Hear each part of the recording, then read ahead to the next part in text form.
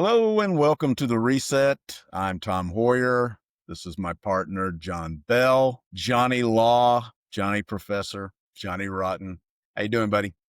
I'm good. How you doing, Tom? Not bad, not bad. Can't Good, complain. good. So I understand that you had quite an experience at a large protest this weekend. I thought maybe we could lead off with that. Yeah, pretty funny. Full disclosure, I'm new to protesting and started looking for protests online, just a simple Google search, and found one in a park that I could get to easily. So I made up my sign, the No King sign. Although I think the theme of this particular park was like a DC free DC park, protesting the presence of the military, etc. But nevertheless, all on the same side of the fence, and so made my way proudly toward the park. I had my sign and walked down the sidewalk, and as I'm approaching it, again, not knowing what to expect, I'm walking up the steps into the park, and I don't see anything. I'm like, no worries. It's probably at the other end of the park. And I walk to the other end of the park. And as I get there and look, there's no one there. There's just families enjoying a long Labor Day weekend. And I'm thinking to myself, you've done it again. And so I took out my phone and I Googled it. And sure enough, it's next weekend. Not to be deterred, however, I did take my sign and walked all the way to DuPont Circle and just did a protest, solo practitioner protest, if you will. And That's you the know, the I that's the bravest kind. yeah, there was no security, there was no backup, and I wasn't walking shoulder to shoulder with 100 different people. So it is obviously something I feel strongly about. I'm certainly not afraid of any confrontation with anyone who would challenge me about my beliefs. I can certainly state my case for what I believe in. So, I almost welcomed it because we could have put it on our new TikTok channel. That's That's at right. Reach the Reset. At Reach the Reset. I will have to check it out. I will have to download TikTok first, to be honest with you, but I will. And I will. yeah, you got to get there because, there's a lot going on, but the algorithm tends to spread it out equally, if you will. Yep. We That's also where the have young peeps are. yeah, we also have an Instagram channel as well, Reach the Reset. So, as I made my way, I started, just kind of observing the people around me.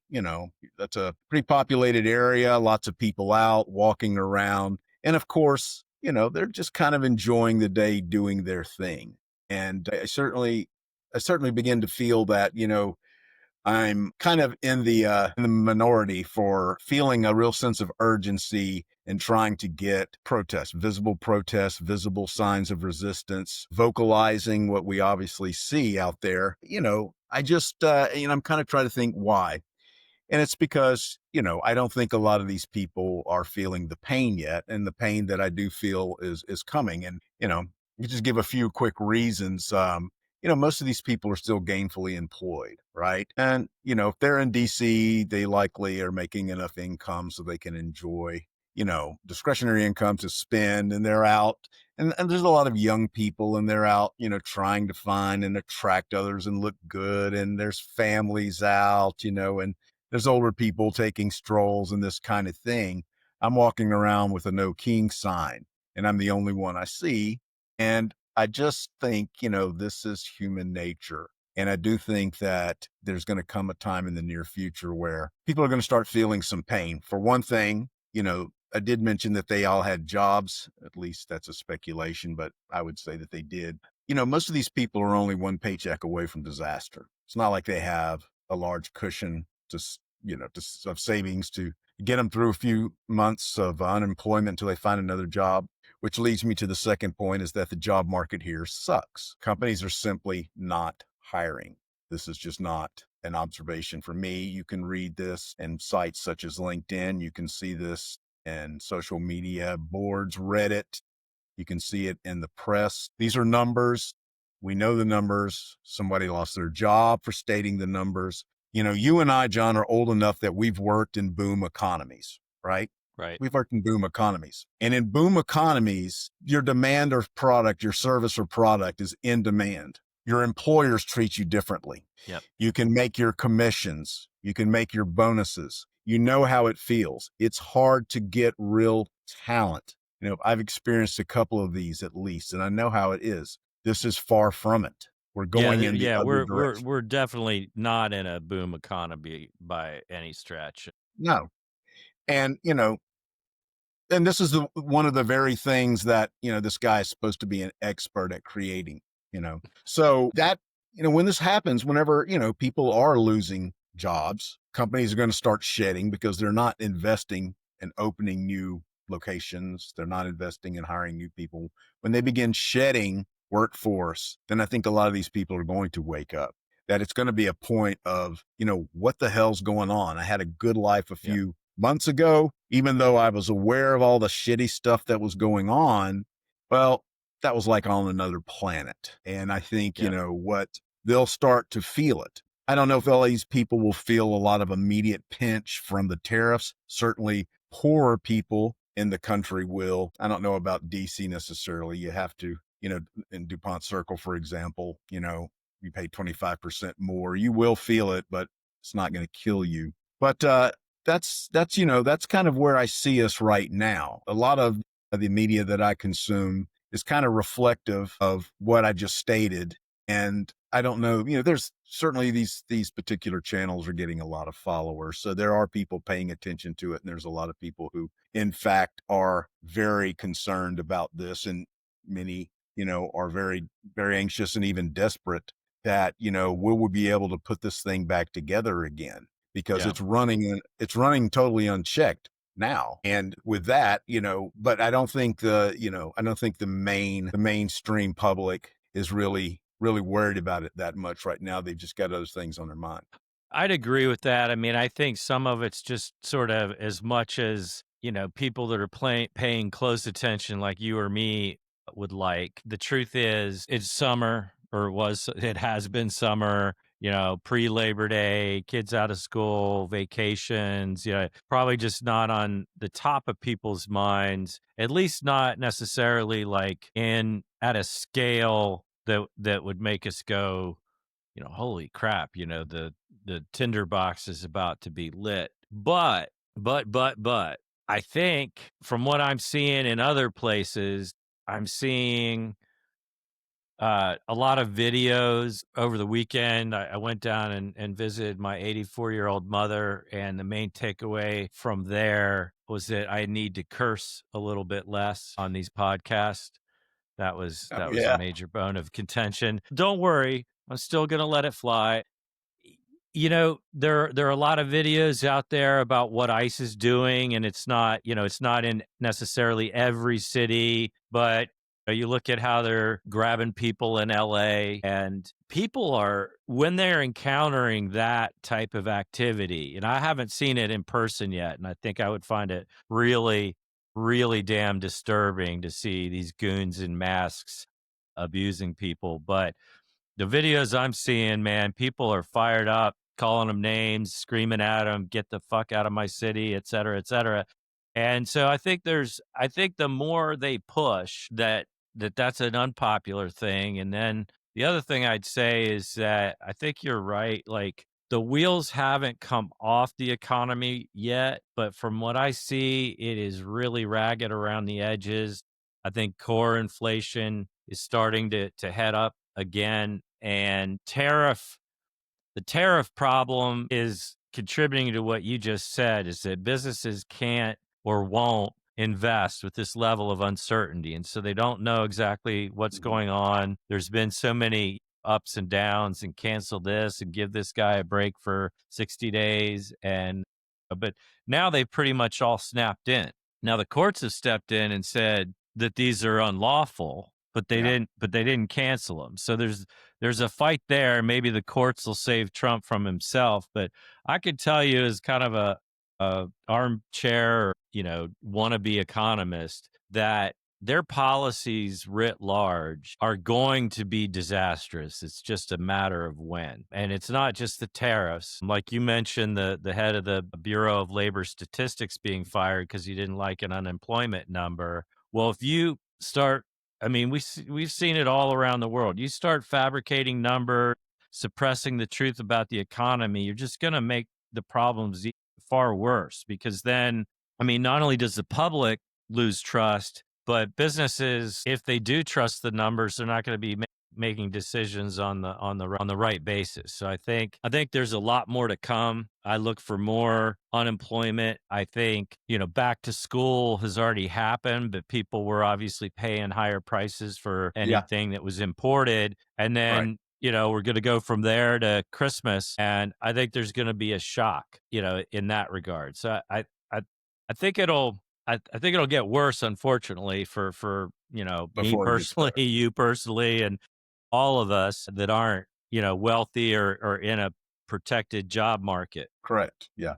Yeah, I do agree. I think it's gonna get worse before it gets better. You know, I hear that our exports in the last 3 months have gone down significantly, like double-digit percentages, and that's because other nations are basically saying to their people, "Don't buy American."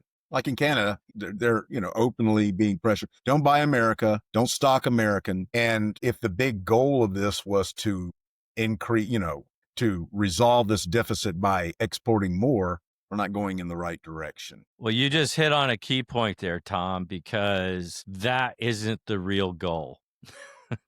I think now on the tariffs, I think that's just some weird, just bizarre obsession that Trump has always had. And I think if you polled, there may be two guys on his staff that are pro tariff. The rest of them think it's as stupid as we do. And of course, they're too cowardly, to stand up and say it. Right. But all the other stuff, it's not about bringing jobs back to America. It's not about bringing companies back or manufacturing back. That's just a pretense. They're a bunch, and I'm sorry, mother, but I have to say it. They're a bunch of fucking criminals. They are, and so all it is, their grand economic plan is to figure out how to be at the top of the pyramid and take the biggest chunk of the vig off of everybody, just like Intel, where Intel got a loan through the Chips and Science Act. And then just all of a sudden, the Trump administration said, give us 10% of your company or else. 10%. 10%.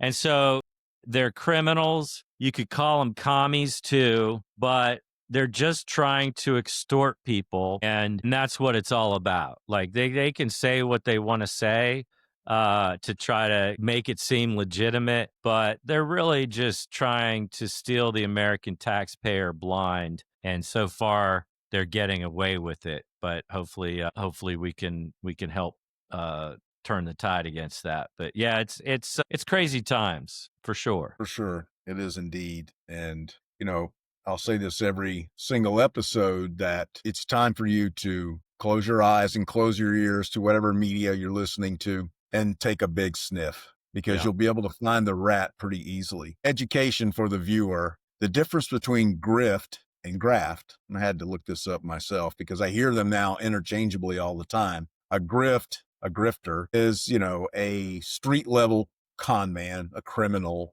who basically is, trying to cheat you out of your money, typically one-on-one or, over nights. A graft is someone who does it via political office. So yeah. So when you hear graft and you hear us talk about graft, this is exactly what this is. This is I all think done. maybe he was a grifter before he was a It grafter. was correct. But Two yeah, things. now it's the big graft. I think people are used to the word grift, but yeah, it's definitely what they're all about and figuring out how to enrich themselves and their rich and billionaire cronies. And the longer we let them stay in office, the longer we let them hold the reins of power, the more they're going to steal and the less chance we're going to have to right this wrong and get things headed in the back or in the So yes, I would implore anyone who sees me on the street or anyone who watches the video or goes to the TikTok channel or the Instagram page to begin asserting your voice now. The Democrats in Congress are doing BAU, just like everybody on the streets doing business as usual. They are corporate, the majority of them, not every single one of them. They're corporatist. They take money from PAC. They are bought and sold. They should be screaming the top of that dome that I can see from my window. They're not doing it. In my opinion, they're not doing enough. Maybe some little vocalization here and there, certainly not doing enough. We need to do it. Rest assured, year and a half, Trump is going to try to put his thumb on this election. It's not going to be fair. He's definitely going to, he has no intention of losing any seats in Congress, and he's going to do everything he possibly can. The only way we can stop his tactics, we know this is done at the state level, is through overwhelming numbers to make it so that it simply can't be done. Okay. And I hope, and that is going to be, I will preach that every single day to every ear that will open to me, is that it's going to have to be a real tidal wave. And we're going to have to push this over because he is building a paramilitary police force. He is decimating the FBI. He's doing everything he needs to do. He did not come up with this plan. No. Trump is not a planner. He is not someone who can write strategy. This is the Project 2025 people. Believe me, they're no dummies. They know exactly what they're doing, and they are pulling the trigger every single day. And they have a timeline. We cannot afford to sleep any longer. That's why, I'll be going to the Saturday protest that I missed this past Saturday. On Saturday, the 26th. And on the plus side is I get to join you. So Yeah, great. I'll come down to the district. We'll protest together and we'll have some fun and hopefully make some noise and raise a little hell. But Tom, you're spot on. The last couple solo sessions I've done have been kind of all about the people, the organizations that top Democrats are taking money from. Right. And the more and more I look at it and the more I dig, the uglier it is, the more disgusting it is, and the more obvious, I think, to anyone that just takes not even 10 minutes, just like either listen to our podcast or there are a lot of other, good podcasts and sources of information. And they're all saying the same thing, that the Democrat leadership is corrupt. There's just no other way to say it. They're taking money from APAC. They're taking money from the worst corporations on the planet. Not just any corporation. They're taking money from BlackRock, Blackstone, Apollo Global Management, who strips down companies and then sends them into bankruptcy for other people to pay for and deal with. And that's just the public, like that's the tip of the iceberg. That's the stuff that's easy for anyone to go in and search and find out. And this weekend, it was kind of an epiphany for me, I guess, in terms of what I want to start doing. But I really want to get involved directly with some political campaigns. And the key for me, you hit the nail on the head, which is I only want, I'm not just about electing Democrats for the sake of electing Democrats. Because if you're business as usual, then in my book, you can go to hell because you're as big a part of the problem as MAGA and you just put a prettier face on it, but you're still selling us down the river and we can't put up with it anymore. And yeah, I mean, it's rampant. And I noticed something today. There's going to be a really important Senate election in Maine where we want to get rid of Susan Collins, who is just a two-faced politician of the highest order and takes fake votes to seem like a moderate, but she supports the MAGA agenda and this lawless president and this lawless administration. So we want to get rid of her. And I started getting interested in this guy. I'm going to think of his name in a second, but we call him the oyster farmer because that's what he does. And I saw that Bernie Sanders just endorsed him. And what I found interesting, because, Bernie's a nice guy. He doesn't trash his colleagues in the Senate too much. And he recognizes that the Democrats are the better option right now. But this candidate has made a point to say that if he gets elected, he will not support Chuck Schumer for majority leader. And I think that's telling. I think that shows that the man who has been talking about fighting the oligarchy longer than anyone is endorsing a candidate who is, for all intents and purposes, anti-Schumer, who I've been haranguing, and will continue to harangue, because it turns out that the Democrat Party machinery is pretty brutal. It's maybe not as observably wackadoodle as, MAGA and the Republicans, but they do not encourage. I mean, they're just, let's face it, they're captured by the corporate wing, whatever Yeah. you want to call it. The corporate Yeah. wing, the corrupt, group that are taking money and taking the wrong positions.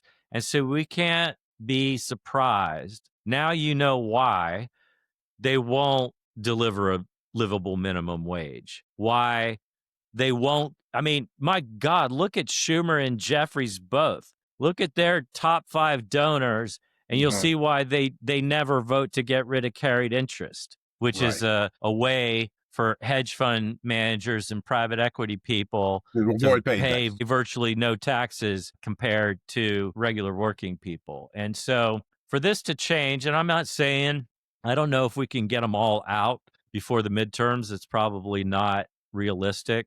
But if any of them take the time to watch this podcast, I'm going to give you a warning right now. Not only are we coming for you now, but we're not going to let up either. I am going to be loud, and I'm going to be exposing all of your hypocrisy as much as I can. And if we do take back power, I'm going to be outside your fucking office doors. Okay. And so are a lot of other people. I just want you to know that, because we're not going to let you get away with screwing the American people anymore. Even though I'm a Democrat and I'm pro Democrat, I am done. I'm done with the big business Democrats who are abusing the system. And you wonder why the working class has left the damn party. That's it right there. Yeah, they're responsible for this happening. Yeah. Yeah. They have tarnished the brand, and now it's up to the people, whether you're Democrat or not. Consider yourself independent, fine. You're part of the coalition. That's right. And we need to take this country back from the billionaires and the multi-millionaires and the big corporations. They have completely warped and re-engineered the system to keep everybody else down Yeah. and take as much of the national wealth as they possibly can Yeah. get into their big fat cat bellies. And That's I right. am over it. Yeah. I think, that's the first order, is that we've got to have some plans to undo what has been done and return, hence the reset. And it's almost like before we have to clean up this house before we can even really start on any kind of positive moving, getting traction on any kind of positive moving plans like Medicare for all, the climate, minimum wage, things of this nature that we desperately need in this country. And we need to have a party that's going to basically champion these causes and make it so that the people that voted them into office understand exactly transparency, understand exactly what they're doing.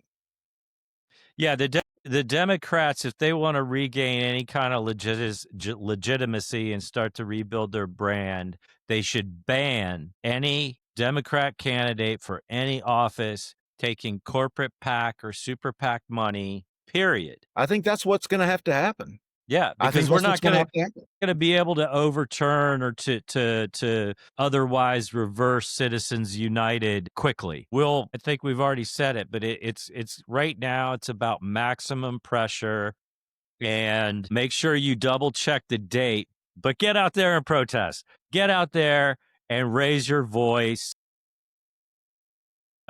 Write your congressman a letter if you're into Correct. that. If not, call them, call your senators and say, we're not going to take this anymore, because we only thing, and I can't compliment or even recommend that we do anything that the Republicans are doing, but we do need to start primarying and challenging That's right. these Yes. incumbents, because Correct. we got either they got to get the message that they got to get right with the people, or we need to get them the hell out as quickly as possible. And if that means upsetting the apple cart, then so be it. I know Yeah. David Hogg was pushing to do that, and the DNC got so mad that they kicked him out of the DNC. Yeah. Uh, Yeah. and I think yeah, his the same organization as is yeah, leaders we deserve. If you want to donate to it, I do.